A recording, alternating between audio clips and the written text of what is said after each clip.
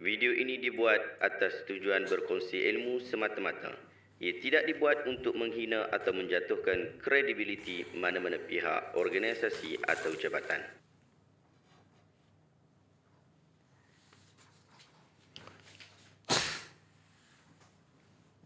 Assalamualaikum warahmatullahi wabarakatuh. Saya Syihabuddin. Terima kasih banyak kerana anda berada di channel YouTube saya dan terima kasih banyak jika anda telah tekan butang subscribe. Kalau belum tekan butang berkenaan, tekan butang itu sekarang. Jika ada video-video yang bermanfaat, insya-Allah akan ada di feed YouTube anda. Sahabat-sahabat, baru-baru ini saya diberikan satu video untuk saya react kepada video berkenaan. Jom kita tengok video itu sama-sama.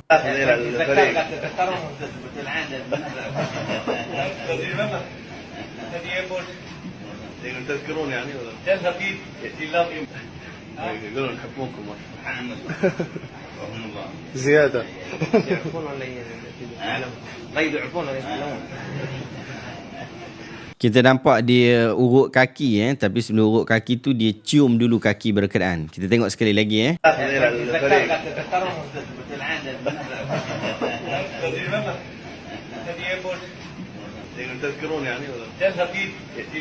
Alhamdulillah sahabat-sahabat, kita telah menonton video itu sama-sama. Jom kita berikan reaction berkaitan tentang isu ini. Pertama, reaction ini bukan dituju kepada Habib Umar bin Hafiz kerana perbuatan mencium kaki itu tidaklah terbit daripada beliau, tetapi daripada orang yang datang kepada beliau lalu mencium kaki beliau. Tetapi sangat jelas dalam video itu juga Habib Umar bin Hafiz telah menegah orang berkenaan dengan menepuk belakang orang itu supaya dia bangun dan tidak meneruskan mencium kaki. Oleh itu secara sedar kita perlu menyatakan bahawa ini bukanlah kesalahan langsung daripada Habib Umar bin Hafiz, tetapi ia adalah satu perbuatan orang yang hadir dan ia perlu dinilai dengan neraca akademik. Sama ada ia boleh ataupun ia tidak boleh, sama ada ia harus ataupun ia diharamkan oleh agama. Sahabat-sahabat, saya juga mahu menegaskan bahawa isu ini ialah isu mencium kaki ulama ataupun orang soleh ataupun orang yang dihormati seperti ibu bapa dan seumpama dengannya. Tetapi ia bukanlah isu sujud kepada ulama ataupun orang soleh, kerana saya sepanjang melihat video ini, bahkan berkali-kali telah mengulang melihat video ini, saya tidak melihat wujudnya unsur-unsur orang berkenaan sujud kepada Habib Umar bin Hafiz. Oleh itu, perbincangan hari ini hanyalah terhad kepada perbincangan tentang hukum mencium kaki ulama sahaja. Moga-moga kita dapat mengambil manfaat ilmu daripada perkongsian hari ini. Kedua, di dalam perbahasan hukum mencium kaki orang soleh ataupun ulama, terdapat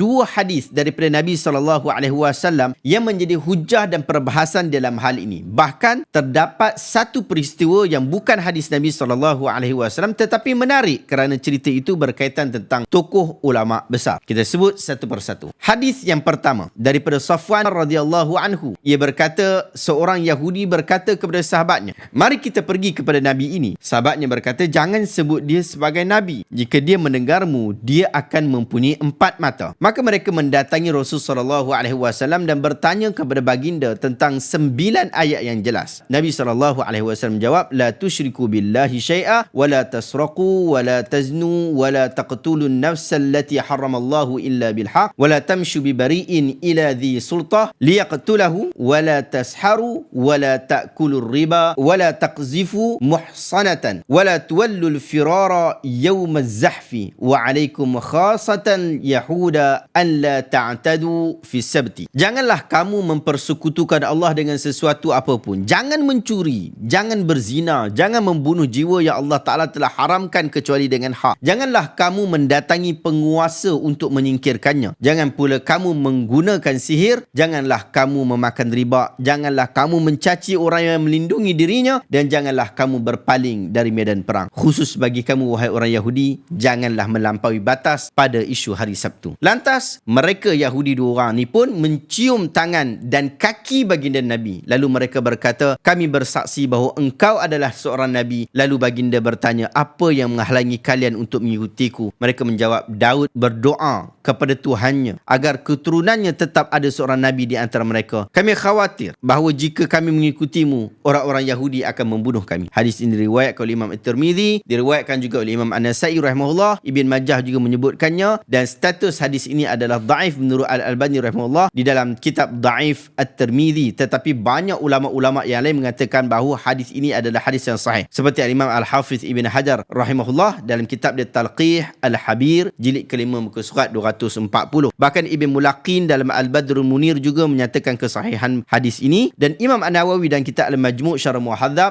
serta di dalam kitab Riyadhus Salihin mengukuhkan mengatakan bahawa hadis ini adalah hadis yang sabit. Hadis ini disebutkan dalam Imam At-Tirmizi dalam bab hadis tentang ciuman pada tangan dan juga kaki. Ibn Battal berkata, Al-Abhari menyatakan, wa innama karihaha Malik idza kanat ala wajhi takabbur wa ta'zimu liman fa'ala dhalika bihi, wa amma idza qabbala insan yadil insanin aw wajhihi aw shay'an min badanihi ma lam yakun auratan ala wajhi al-qurba ila Allah lidinihi aw li'ilmihi aw li syarafihi fa inna dhalika jaizun. Malik melarang jika ciuman tersebut dilakukan dengan sikap sombong dan pengagungan terhadap orang yang menerima ciuman tersebut. Namun, jika seseorang mencium tangan orang lain, wajahnya atau bahagian tubuh lainnya, selama itu bukan kawasan aurat, dengan niat mendekatkan diri kepada Allah kerana agamanya, kerana ilmunya, kerana kedudukannya yang mulia, maka hal tersebut adalah dibolehkan. Anda boleh rujuk dalam Syarah Sahih Al-Bukhari jilid ke-9 muka surat 46. Al-Imam Al-Barakfuri pula menyatakan wal hadisu yadullu ala jawazi taqbil yad war rijl. Hadis ini menunjukkan bahawa mencium tangan dan kaki adalah dibolehkan. Anda boleh rujuk dalam Tuhfatul Ahwazi. Bahkan menariknya, Syekh Muhammad bin Salih Al-Utsaimin, dia pun sendiri dia kata yang dapat disimpulkan adalah bahawa kedua orang ini mencium tangan dan kaki Nabi Muhammad SAW dan beliau menyetujuinya. Baginda Nabi menyetujuinya.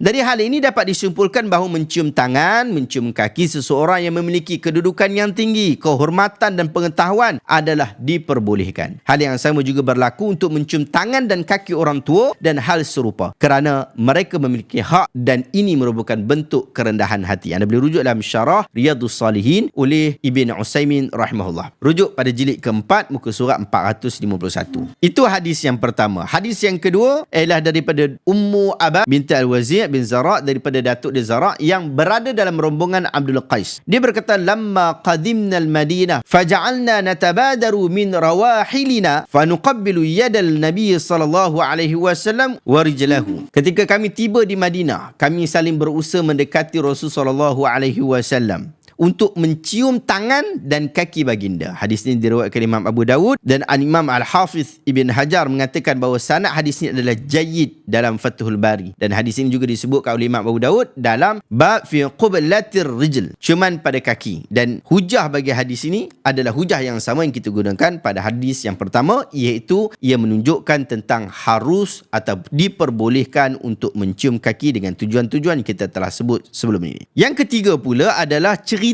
Imam Bukhari dan Imam Muslim. Terkenal pula kisah yang menunjukkan bahawa Imam Muslim dia pergi cium kaki Imam Bukhari dan memuji keilmuannya. Namun yang lebih tepat ialah dalam cerita tersebut hanya terdapat ciuman antara kedua-dua belah mata Imam Bukhari dan tak ada isu berkaitan tentang mencium kaki Imam Al-Bukhari. Dalam Tarikh Baghdad disebutkan oleh Ahmad bin Hamdun Al-Qasar, dia kata saya mendengar Muslim bin Hajjaj datang menemui Imam Ahmad bin Ismail Al-Bukhari dan mencium antara kedua-dua matanya. Lalu dia berkata, da'ni hatta uqabbil rijlaika ya ustazal ustazin wa sayyidal muhaddithin wa tabibal hadith fi illalihi. Biarkan saya mencium kakimu wahai guru dari guru-guru dan pemimpin para ahli hadis, doktor dalam ilmu hadis dan penyakitnya. Dalam kisah itu hanya sebut tentang biarkan saja, tapi tidak ada sambungannya yang menunjukkan bahawa Imam Muslim cium kaki Imam Al-Bukhari rahimahullah. Tetapi ini juga bukan membuktikan bahawa tidak boleh, tetapi tidak mahunya seseorang untuk membiarkan perbuatan yang dilihat mungkin pengagungan yang agak berlebihan terhadap mereka. Sahabat-sahabat, ketika kita menyatakan bahawa mencium kedua-dua kaki adalah diperbolehkan, tetap ada batasan-batasan untuk izin tersebut. Di antaranya, ciuman tersebut harus ataupun dibolehkan jika ditujukan kepada orang tua dan ulama. Ciuman tersebut mestilah dilakukan sebagai bentuk ibadah kepada Allah, bukan kerana urusan duniawi atau pengagungan yang tidak tepat. Al-Imam An-Nawawi rahimahullah menyebut sebutkan, dia kata, wa amma taqbilu yadihi li ghinahu wa dunyahu wa syawkatuhu wa wajahatuhu inda ahli dunya bid dunya wa nahwa zalik fa makruhun syadidul karahah. Wa qala al-mutawalli la yajuzu fa asyara ila tahrimihi. Namun jika seseorang mencium tangan seseorang kerana kekayaan, kedudukan atau untuk mendapatkan manfaat duniawi atau kehormatan di dunia ini dan sejenisnya, maka hal tersebut sangatlah makruh, sangatlah ditegah. Manakala Al-Mutawalli pula mengatakan bahawa hal itu tidak dibolehkan. Dia mengisyaratkan bahawa itu diharamkan. Ada rujuk dalam kitab Al-Majmu' Syarh Muhadzab jilid keempat 636. Imam Nawawi juga mengatakan wa taqbilu ra'sihi wa rijlihi kaiduhu. Mencium kepala dan kaki seseorang adalah tipu daya kejahatan. Berdasarkan kepada penjelasan-penjelasan ini, maka sudah jelas bahawa hukum mencium tangan, kepala bahkan kaki ulama yang soleh adalah diharuskan menurut majoriti para ulama. Walaupun begitu, perlu diambil kira juga tentang suasana dan uruf di negara, terutamanya negara Malaysia, yang agak janggal dengan budaya sebegini. Jika perbuatan ini boleh mendorong kepada fitnah, maka sebaiknya dielakkan. Wallahu ta'ala a'lamu bisawab. Adakah anda dapat sesuatu ilmu yang bermanfaat pada hari ini? Jika anda rasa video ini bermanfaat, tekan butang share. Semoga orang lain juga mendapat manfaat yang sama. Saya cadangkan anda untuk dapatkan buku Sirah Nabi Ar-Rahiqul Makhtum, buku yang menceritakan Nabi SAW